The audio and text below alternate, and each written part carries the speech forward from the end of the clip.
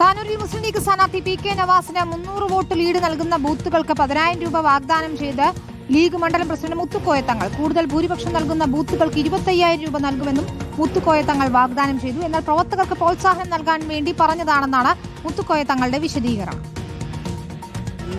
തവനൂരിൽ മുസ്ലിം league സംസ്ഥാന vice president CP ബാബഹാജി പ്രവർത്തകർക്ക് വിദേശയാത്ര ഓഫർ ചെയ്ത സംഭവത്തിന് പിന്നാലെയാണ് താനൂരിലും ഓഫറുമായി മുസ്ലിം ലീഗ് മണ്ഡലം പ്രസിഡന്റ് മുത്തുക്കോയ തങ്ങൾ രംഗത്തെത്തിയത്. താനൂർ നിയോജക മണ്ഡലത്തിലെ 300-ലധികം വോട്ട് ലീഡ് ലഭിക്കുന്ന ബൂത്ത് കമ്മിറ്റികൾക്ക് 10,000 രൂപ വെച്ചിട്ട് നിയോജക മണ്ഡല യൂണിയൻ കമ്മിറ്റി കൊടുക്കും. 1ാം സ്ഥാനത്ത് വരുന്ന ലീഡ് ലഭിക്കുന്ന ബൂത്ത് കമ്മിറ്റി നിയോജക മണ്ഡല യൂണിയൻ കമ്മിറ്റിയുടെ വക 25,000 രൂപ. വീഡിയോ ചർച്ചയായതിനു പിന്നാലെ വിശദീകരണം. അപ്പോൾ 211 ബൂത്ത് കമ്മിറ്റികൾ തമ്മിലൊരു മത്സരം ഉണ്ടാവും. അപ്പോൾ മത്സരത്തിൽ വിജയിക്കുന്നവർക്കൊരു സമ്മാനം എന്ന നിലക്കാണ് നിയോജകമണ്ഡല കമ്മിറ്റി അങ്ങനെ തീരുമാനിച്ചിട്ടുള്ളത്. അതിൽ വോട്ടർമാരെ സ്വാധീനിക്കുന്ന ഒരു ഘടകം അതിൽ വരുന്നില്ല.